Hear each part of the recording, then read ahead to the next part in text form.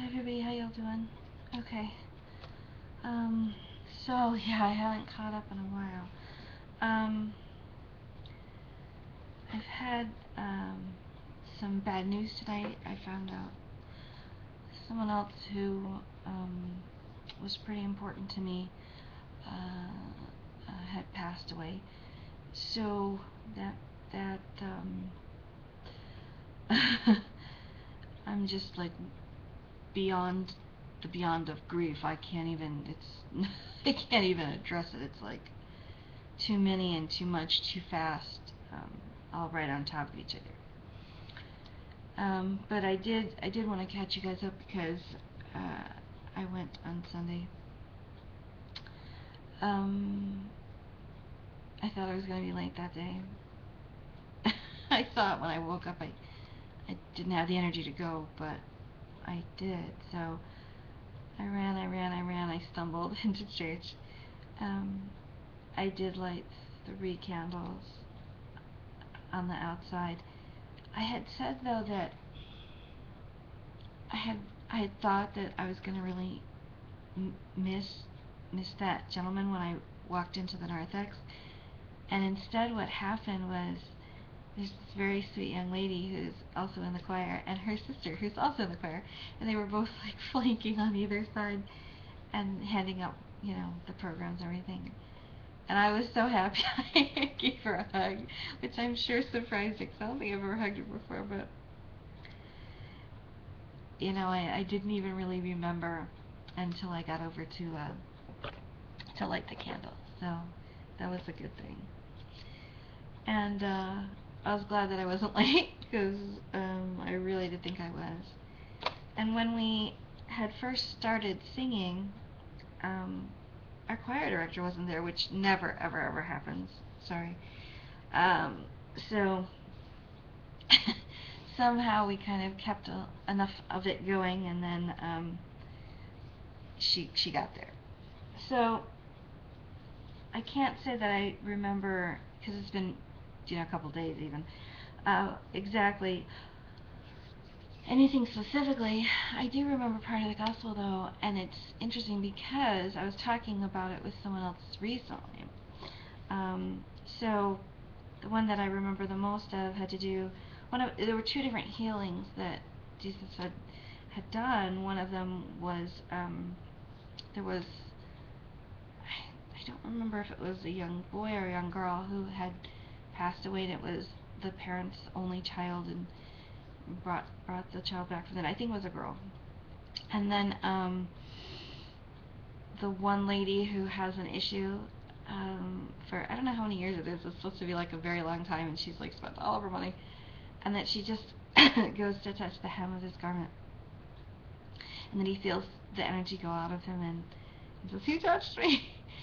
Um, and there's a couple of things about it I think that it means something to me. One is because I have very, very beautiful memories of watching the boys when they would make their prayers kiss their fringes, the tzitzit, because they make a special prayer over it. And they're incredibly beautiful and sacred. And when I watch a man put on his tallis and stuff, there's a very special significance. And while I doubt that he was wearing his tallis at that moment, because really you only wear it when you're praying, um, just the meaning of what that is just kind of, I don't know what colors it. There's something else about it too, though, because it was the fact that she was, she had blood, um, you know, at that time, and still the Jewish law really is, that a woman is ritually impure. And it's not a physiological thing, it's just anything else. But because of that, and that she still went to do that, I think that that's part of the reason why he said that it was by her faith that she was healed. Because, I mean, like the law says you have to go and do a mikvah, you have to do a special wash ceremony. Anyways, so there's all these things about it that just mean a lot to me, and I don't know if I'm describing well because I'm kind of tired and sorry. So anyways, it was over way too fast, and I don't know if things were sped up because there was a meeting afterwards. It might have been, I don't know. There was a young boy that was there who hadn't been there since he was baptized. That was kind of interesting. And there were two young gals there who were doing some sort of an honors project, I guess I could say. And then there were some parents and family members and stuff. And then during the businessy portion, I guess you just call it, they talked about a particular icon. Now, I have been following it online because I had seen the tour on the East Coast, and in fact, I had actually asked my brother, who is completely an atheist, hey, would you go? Because it went to Cleveland. I was like, hey, would you go and see this thing for me, you know? And believe me, that's how he would say this thing. It wouldn't be with any other kind of description. And scrapped that idea, and something else happened. I don't think I ever got back to him about it. So when they were talking about the Iveron icon coming around, you know, the one from Hawaii that gives oil, I was really knocked out because this is what I had been waiting for. So she's coming to St. Paisius Monastery, which is a bit north of me, and I'm going to go. Then it's slated that evening to go to the Greek church, St. Demetrius, so I'm going to go there. And then there's a possibility it might be coming the following day to my home church. So 3 chances to go, and I have to go. I really, really, really want to go. So I'm glad that I have all these chances and opportunities. And I doubt that I would be able to take any film, you know, inside or anything.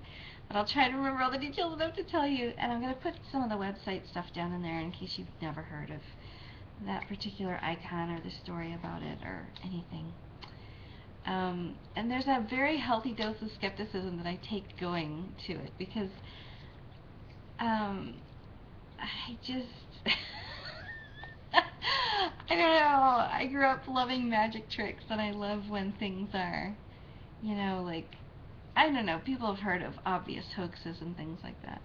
But I don't know, there's just something so bizarre about it that's intriguing, and it's beautiful at the same time, and it's amazing, and I don't know, there's just, it's such a mixed up kind of, I don't know, thing. But the strangest thing about it is that my husband's actually going to go. Yeah, now, I thought that was an interesting choice on his behalf, but I'm just glad that I get to go do something with him actually coming to church with me.